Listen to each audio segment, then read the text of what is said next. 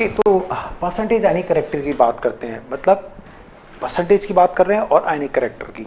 तो बुक के हम अब सेकंड लेक्चर पे डाइपोल मोमेंट के हम आगे की और स्टेप में आ गए हैं। आपके पास में बुक आपके पास है, बुक मेरे पास भी है इस समय पर।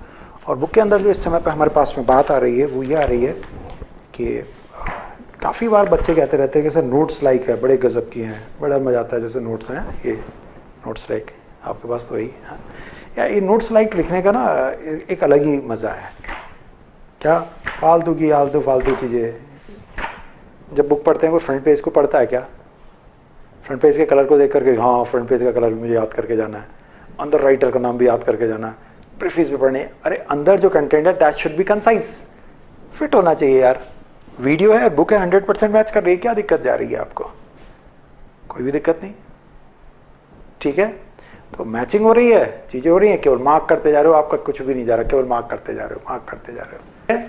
चलिए, तो हमारे पास में क्या है, डाइपोल मोमेंट की बात हुई। अब तक मैंने आपको डाइपोल मोमेंट निकालना सिखाया, आपको मैंने इंट्रामोलिकुलर सब तरह के dipole moment, resonance dipole moment समझाए। बहुत ज़्यादा डिटेल जो है वो ऑर्गेनिक के अंदर है, फिर भी इनऑर्गेनिक के अंदर कुछ बहुत इंपॉर्टेंट बातें मैं अब आपको सिखाने जा रहा हूँ, वो हमारे पास में। परसेंटेज आयनिक करेक्टर की हम जैसे ही बात करते हैं, सपोज करिए मेरे पास में Cl2 लिखा हुआ है, मेरे पास में NaCl लिखा हुआ है, बड़ा इंटरेस्टिंग चीज़ मैं आपको बता रहा हूँ, और मेरे पास HCl लिखा हुआ है। बहुत आराम से मैं समझाऊंगा और आपको बात समझ में आ जाएगी, ये डेफिनेट है मेरे लिए। आयनिक करेक्टर का मतलब आयनिक बॉन्ड कब बनता है? जब एक सिंगल इलेक्ट्रॉन का ट्रांसफर हो जाता है। इलेक्ट्रॉन जब ट्रांसफर हो जाता है, कंप्लीट ट्रांसफर एक जगह से दूसरी तरफ, तो हमारे पास में आयनिक बॉन्ड फॉर्म हुआ करता है। जैसे हम Cl2 की बात करते हैं तो यहाँ Cl है, यहाँ Cl है, इस पे और इस पे कोई चार्ज नहीं है क्योंकि दोनों की इलेक्ट्रोनेगेटिविटी सेम है, कोई चार्ज नहीं है। मेरे पास में जब NaCl की बात होती है तो NaCl का मतलब क्या होता है? यहाँ पर माइनस, यहाँ पर प्लस, एक सिंगल इलेक्ट्रॉन हमने यहाँ ट्रांसफर कर दिया और ये हमारे पास में क्या कहलाएगा? 100%। क्या कहलाएगा? ये 100% आयनिक कहलाएगा। जब हम HCl की बात करेंगे तो यहाँ H है और यहाँ Cl है, यहाँ हल्का सा नेगेटिव है, यहाँ हल्का सा पॉजिटिव है, पार्शल नेगेटिव पार्शल पॉजिटिव है। ऐसे केस में अगर हम बात करते हैं तो परसेंटेज आयनिक करेक्टर जो होगा आपके पास में किस बात पे डिपेंड करेगा? यहाँ पर परसेंटेज आयनिक करेक्टर कितना है? 0। क्यों? क्योंकि कोई चार्ज ही नहीं है, तो आयनिक कैसे बनेगा? नहीं बनेगा। जब मैं NaCl की बात करूंगा तो 100% आयनिक है क्योंकि एक पर कंप्लीट इलेक्ट्रॉन चला गया है, 100% पॉजिटिव 100% नेगेटिव। ये कैसा है? 100% है। और इसकी बात अगर हम करेंगे तो this upon 1 electron into 100, this is very important. ये चार्ज इस वाले केस में जो इनके ऊपर अपियर हो रहा है चार्ज, इस वाले केस में कितना है? 0 है। जैसे आप 0 रखेंगे परसेंटेज आयनिक करेक्टर 0 होगा। इस वाले क्लास में कितना है? ये चार्ज कितना है? 1 इलेक्ट्रॉन के बराबर है। This is 1 electron. बुक में देखिए 1 इलेक्ट्रॉन, मैंने आपको बुक में बता रखा 1 इलेक्ट्रॉन के बराबर। तो जैसे ही ई रखेंगे ये चार्ज कितना है? 1 इलेक्ट्रॉन, ई के बराबर, ई कैंसिल, दिस इज 100%। और नीचे वाले की बात करें तो डेल्टा है, मींस कोई भी ये चार्ज है अपने आप में, ये चार्ज है अपॉन ई इंटू 100। जैसे जैसे बढ़ता जाएगा आयनिक करेक्टर बढ़ता चला जाएगा। तो किसी तरह से अगर ये कैलकुलेट हो गया और इसको यहां रख दिया तो परसेंटेज आयनिक करेक्टर आपका कैलकुलेट हो जाएगा। परसेंटेज आयनिक करेक्टर हमेशा कैलकुलेट हो जाएगा, इस चीज का आप ध्यान रखे रहेंगे।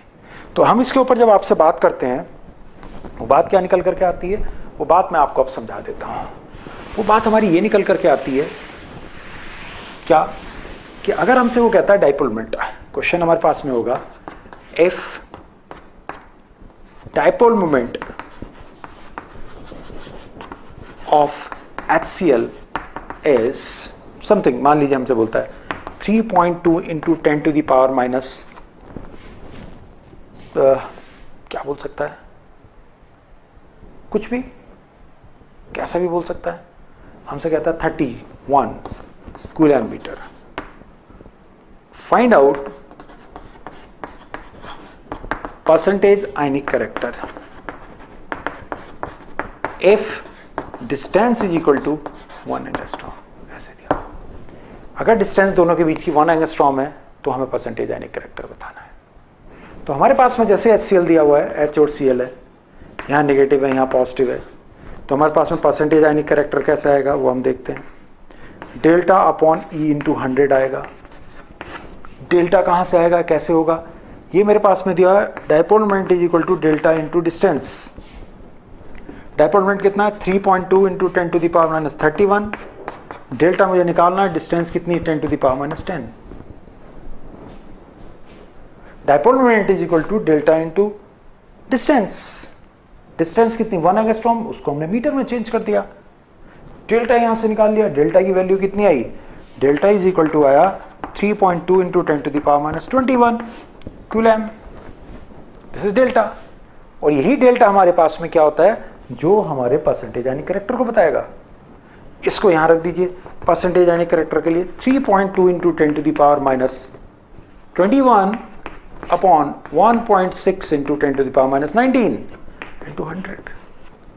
Solve it. This is solve. This is solve. क्या करना है, डाइपोल मोमेंट को रखना है, डेल्टा को निकालना है, डिस्टेंस को लगाना है. कूलम मीटर में तो ये मीटर में लगेगा. Solve it. आसानी से हो गया हमारे पास में. बहुत बहुत बहुत बहुत आसानी से हो गया. ठीक है, कोई दिक्कत तो नहीं इसके अंदर, बात समझ में आ रही है हमें. चलिए, अब इसके अलावा एक और नया कॉन्सेप्ट आता है, दैट इज डबई. एक वर्ड आता है डबई. डबई, ठीक है, और ये ज्यादा यूज होता है. कैपिटल डी करके बनता है डबई.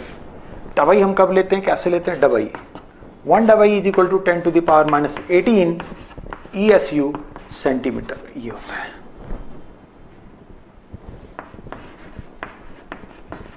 डबई. ठीक है. अब कब होता है, जब चार्ज तो होता है हमारे पास में ESU में, ESU, ठीक है, और डिस्टेंस होती है हमारी किसमें, सेंटीमीटर में. कितना चार्ज होता है, 1 इलेक्ट्रॉन का जो चार्ज है वो 4.8 into 10 to the power minus 10 ESU हुआ करता है. 4.8 into 10 to the power minus 10 ESU, electrostatic unit. वहां से हम कैलकुलेट करते हैं. डेल्टा अपॉन ई इंटू 100 से ही लगेगा. ई की values are 4.8 into 10 to the power minus 10 करके आएगी. बस इसको याद रखे रहिएगा. कैलकुलेशन में इस चीज को याद रखे रहिएगा. आसानी से सॉल्व हो जाती हैं चीजें, मुश्किल नहीं हुआ करती हैं. चलिए, कैसे होगा आपका, जरा क्वेश्चन सॉल्व कर लेते हैं. वो हमसे कहेगा, क्वेश्चन है, if HF is having dipole moment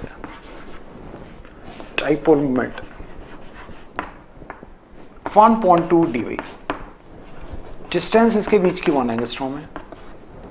find out percentage ionic character. This is percentage ionic character आपको बताना है. तो इसको अगर हमें कैलकुलेट करना है तो डेल्टा निकालना होगा. तो म्यू इज इक्वल टू क्या होगा, डेल्टा इंटू डिस्टेंस. म्यू कितना, 1.2 into 10 to the power minus 18, क्योंकि 1 डबई किस में कन्वर्ट होगा, ESU और सेंटीमीटर में. ये डेल्टा है और ये डिस्टेंस है. डिस्टेंस क्या, angstrom. Angstrom is equal to 10 to the power minus 10 metre is equal to 10 to the power minus 8 centimetre.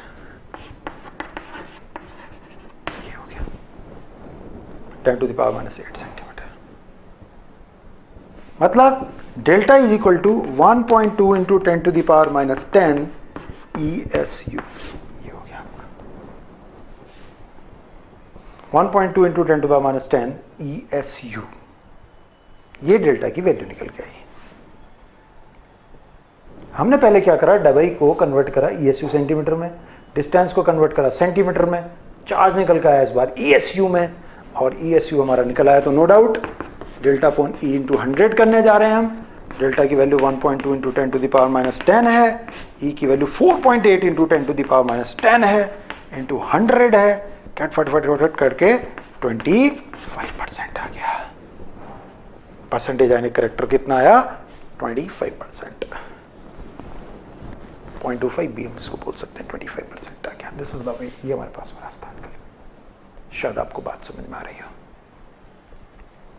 शायद आपको बात समझ में आ रही हो. Are you getting my point? Are you getting my point?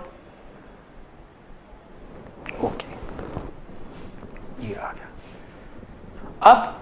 अब इसी के अंदर पहले मैंने आपको स्ट्रक्चर्स के बारे में बताया था, और अब मैं कुछ और इंपॉर्टेंट क्वेश्चंस, इंपॉर्टेंट बातें आपको बताने जा रहा हूँ, कुछ इंपॉर्टेंट चीज़ें इसमें समझाने जा रहा हूँ जो आपको बहुत बहुत ज़्यादा काम आती हैं।